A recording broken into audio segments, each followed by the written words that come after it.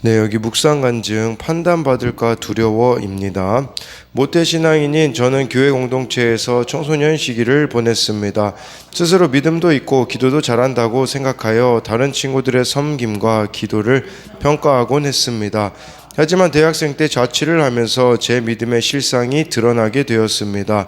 저는 아는 사람이 없는 낯선 교회에 적응하지 못했고 나를 교회에 데려다주는 부모님이 없으니 예배에 지각하기 일쑤였습니다. 그리고 주말이 되면 친구들과 이곳저곳 놀러 다니며 세상이 주는 즐거움에 푹 빠져 지냈습니다. 그러다 어느새 대학교와 대학원을 졸업했습니다. 그러나 주님은 그런 저를 그냥 내버려 두지 않으셨습니다. 첫 직장에서 권고사직을 당하는 사건을 계기로 저를 믿음의 공동체로 인도해 주셨습니다. 하지만 저는 구속사의 말씀과 지체들의 간증을 들으면서도 바리새인같이 외식하는 저의 모습을 보지 못했습니다.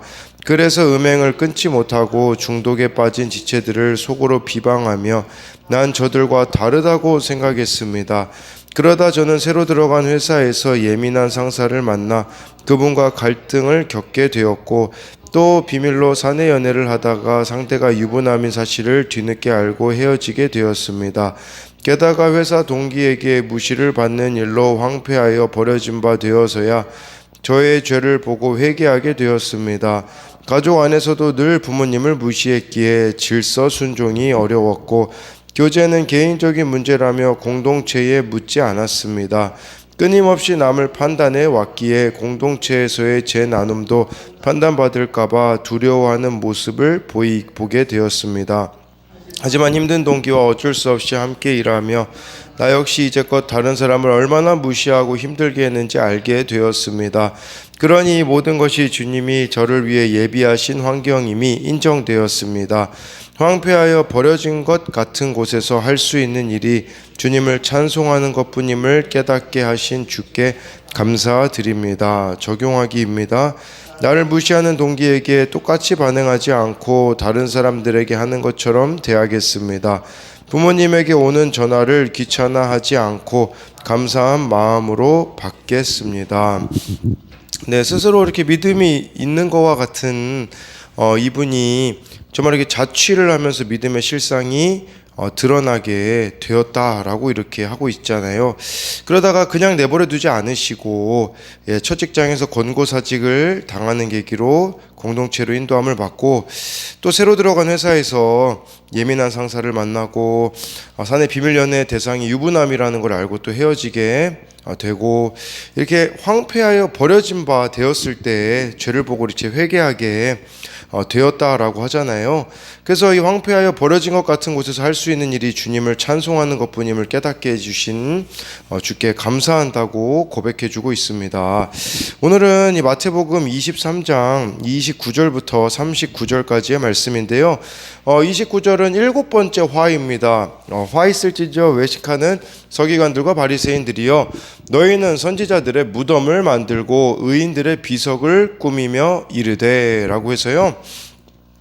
7번째 화는요, 자신들은 선지자를 죽인 조상들의 죄와 상관없다라는 걸 보여주기 위해 선지자들의 무덤을 쌓고 비석을 꾸몄다라는 것이에요. 쉽게 말하자면 우리는 달라. 저 선지자들을 거부한 조상들과는 다르기 때문에 이렇게 비석도 꾸미는 거야.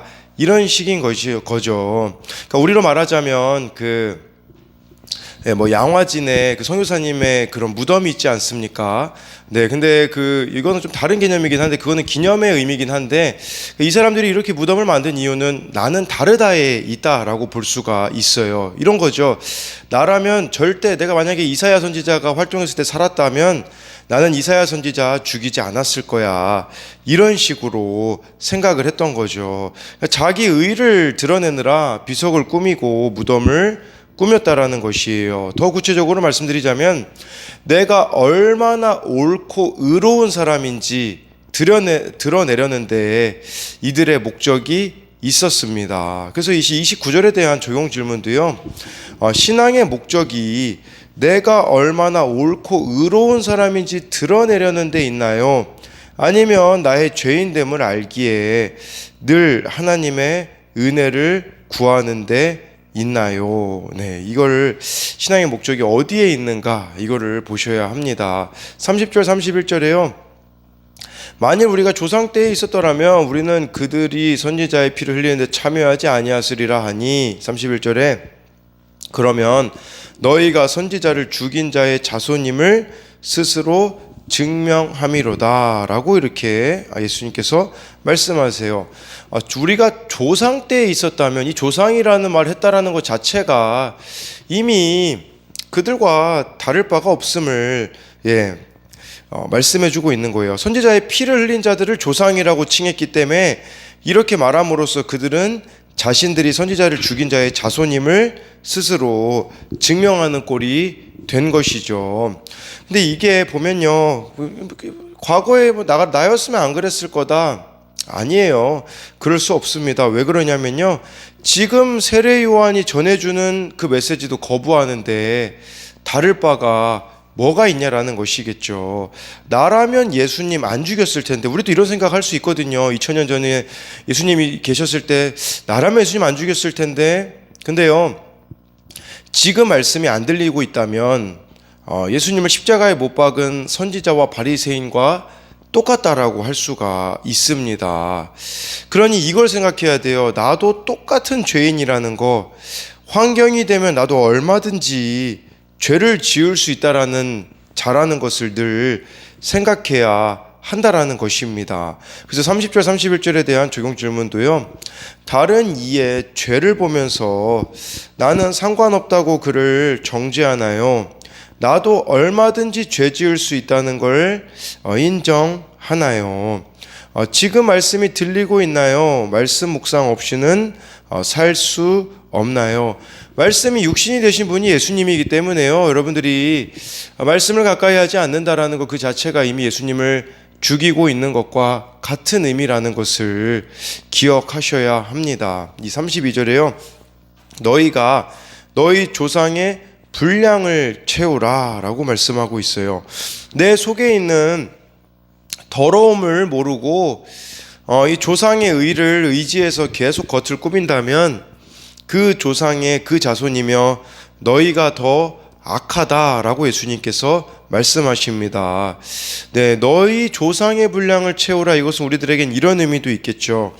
부모님들 같은 경우는요, 내가 믿음으로 자녀를 양육하지 않으면 자녀들이 조상의 악을 분량대로 더 채우게 됩니다. 우리 흔히 그런 말이 있죠. 가문에 저주가 이어진다. 어느 부분에 있어서는 맞고 어느 부분에 있어서는 조금 설명이 안 되어지는 부분들도 있겠지만, 그럼에도 불구하고 부모의 역할이 너무 중요하죠. 내가 믿음으로 자녀를 키우지 않으면요, 나의 악을 자녀들에게 채우게 되는 것입니다. 우리가 믿음으로 살지 않으면 악을 누군가에게 채워주는 역할을 하는 것임을 기억해야 합니다. 그래서 이 문제아는 없고 문제 부모만 있다라고 하는 것이죠. 또 이 32절은요, 조상의 만행을 너희도 이어서 하되 심판에 이를 때까지 하라는 의미가 이 32절에 있습니다.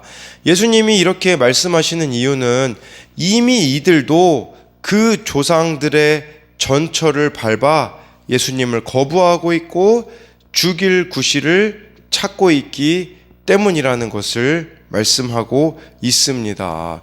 그래서 이 32절에 대한 적용 질문은요, 내 속의 죄를 감추고 꾸미는 나의 거짓이 자녀들에게 채워진다는 사실을 인정하나요? 네, 자녀들이라고 말했지만 다른 대상도 여기 될 수 있습니다. 이게 죄라는 것도 영향력이 있기 때문에 이렇게 다른 사람들에게 우리가 숨기고 있다면 채워진다라는 것을 기억해야 합니다. 33절에요. 뱀들아, 독사의 새끼들아, 너희가 어떻게 지옥의 판결을 피하겠느냐. 아니, 예수님이 이렇게 욕하실 정도로 거칠게 말씀하시는 것은 정말 그들을 사랑하시기 때문입니다. 사실 관심이 없으면요, 이런 말도 안 합니다. 근데 이렇게까지 말을 세게 하시는 것은 그만큼 이들이 완악하기 때문에 예수님께서는 또 그들의 속사람을, 이 속의 마음이 어떠한지를 아시기 때문에 예수님께서는 이렇게 말씀하시는 것이다 라고 할 수가 있습니다. 그러니까 이 33절을 보면서 우리 또 무슨 생각을 해야 되냐면요, 사람들이 나를 어떻게 평가하는지 연연하지 마십시오. 왜 그러냐면 여기서 말하고 있는 뱀들아 독사의 새끼들이 누구냐면 서기관과 바리새인들이었거든요. 그 당시 사람들에게 존경받던 사람들입니다. 그러나 그들의 내면은 부패해 있다라는 것이죠. 진짜 우리들이 바른 평가를 받아야 하는 분은 예수님이라는 것을 기억하셔야 돼요. 그래서 말씀에서 내 모습을 보라는 게 이 의미 때문에 그런 겁니다. 사람들이 아무리 나를 좋다고 해도요, 내 실상은 말씀이 증명하는 것이기 때문에 우리가 예수님의 판결을 받는 것은 결국은 말씀의 판결을 잘 받아내야 한다라는 것을 말씀하고 있는 것입니다. 34절에요. 그러므로 내가 너희에게 선지자들과 지혜자들과 서기관들을 보내매 너희가 그 중에서 더러는 죽이거나 십자가에 못 박고 그 중에서 더러는 너희 회당에서 채찍질하고 이 동네에서 저 동네로 따라다니며 박해하리라 라고 해서요, 내가 너희에게 선지자들, 지혜 있는 자들과 서기관들을 보낸다라고 하는데 이 역할을 감당하는 자들이 누구냐면 예수님의 제자들이라는 뜻입니다. 예수님의 제자들이 이 역할을 이제 대신하게 될 것인데, 근데 거부할 것이고 십자가에 죽이고 못 박고 회당에서 채찍질하고 박해하는 일들을 너희들이 할 것이다 라고 말씀해 주고 있는데요. 근데 우리가 이것을 좀 반대로 봐야 되는 부분들이 있어요. 그건 뭐냐면요,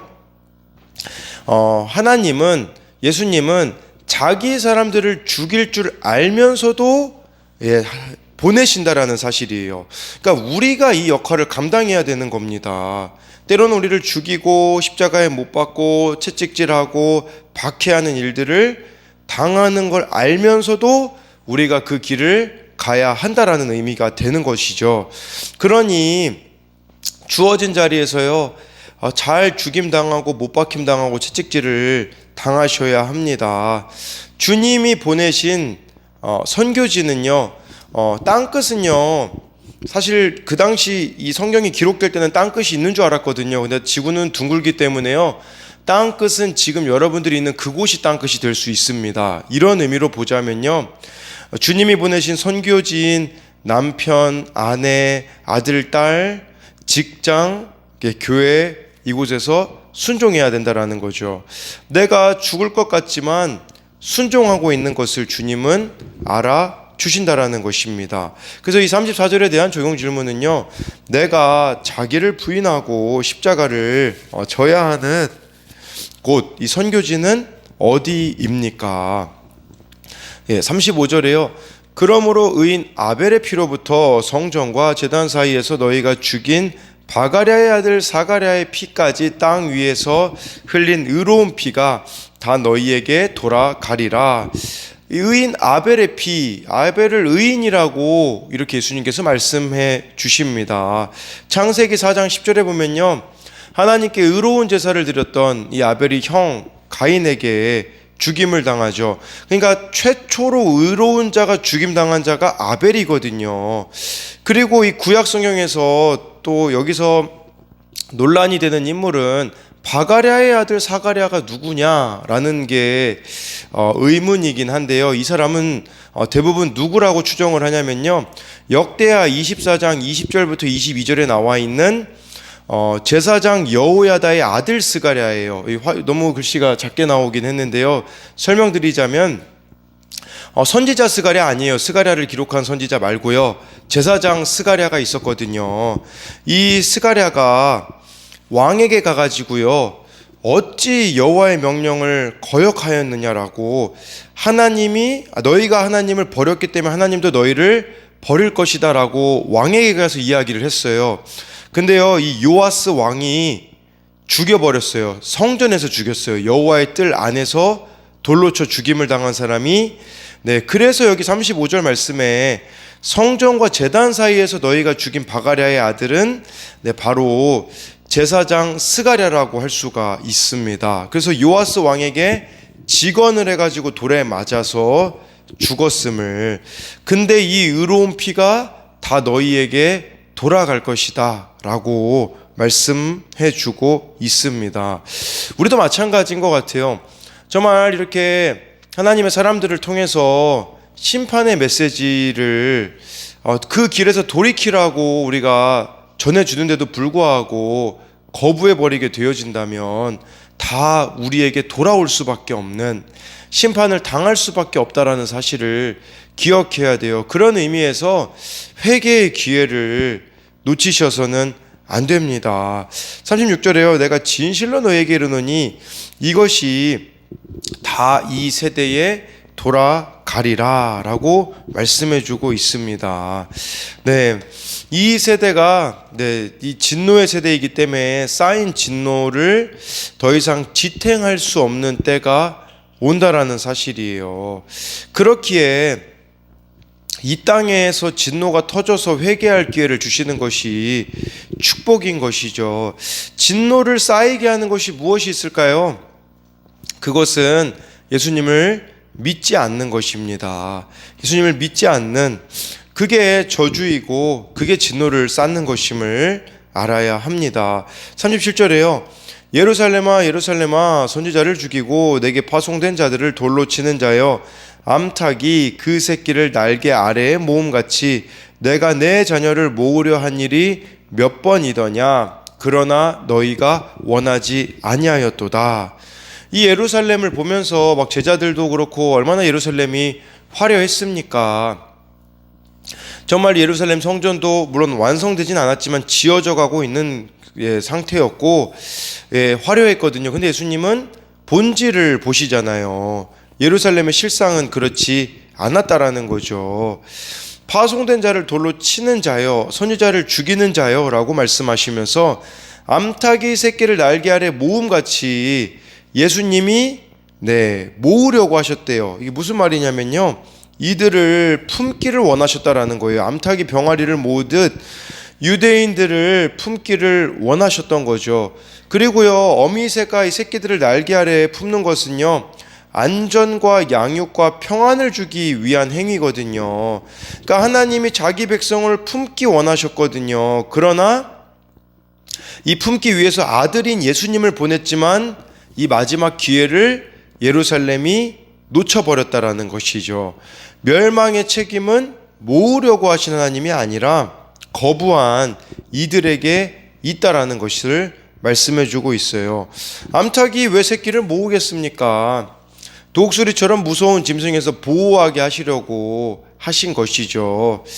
이게 참 안타까운 것은 세리, 창기, 이방인들은 믿고 돌아오는데 유대인들, 우리로 말하자면 자기 식구들, 자기 새끼들은 안 돌아오고 있는 상황인 것이죠.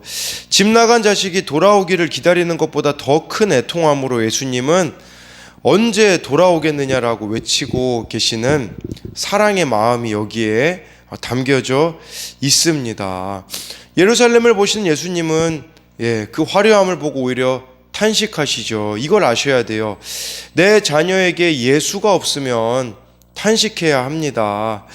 내 품에 안기라고 하시는데 정신 못 차리고 못 알아듣는 자녀와 배우자가 있다면 우리는 탄식해야 되는데 정말 탄식하고 있는가는 돌아보셔야 해요. 그냥 이 예루살렘의 겉모습만 보고 이 화려함만 보고서는 좋은 게 좋은 거라고 여기는 그 모습이 나에게 있지는 않는가를 보셔야 하는 것이죠. 그래서 이것에 대한 적용 질문은요, 주님이 보내신 나의 선교지는 어디입니까? 주님은 모으려는데 도리어 미워하고 죽이려 드는 것이 있나요? 예수를 믿지 않는 내 배우자와 자녀를 보며 탄식합니까? 마지막으로 38, 39절 보면요, 보라 너희 집이 황폐하여 버려진 바 되리라. 39절에 내가 너희에게 이르노니 이제부터 너희는 찬송하리로다. 주의 이름으로 오시는 이여 할 때까지 나를 보지 못하리라 하시니라 라고 말씀해주고 있습니다. 그래서 너희 집이 황폐해서 버려진 바 된다라고 말씀하고 있습니다.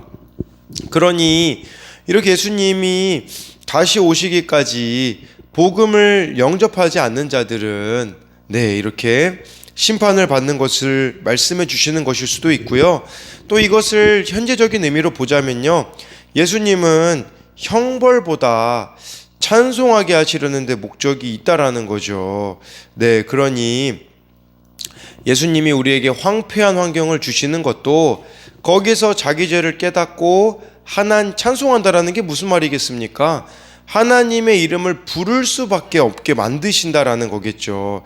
그래서 우리에게 황폐한 것들이 허락되어지는 거예요. 겸손을 갖기 원하시기 때문이라는 것이죠.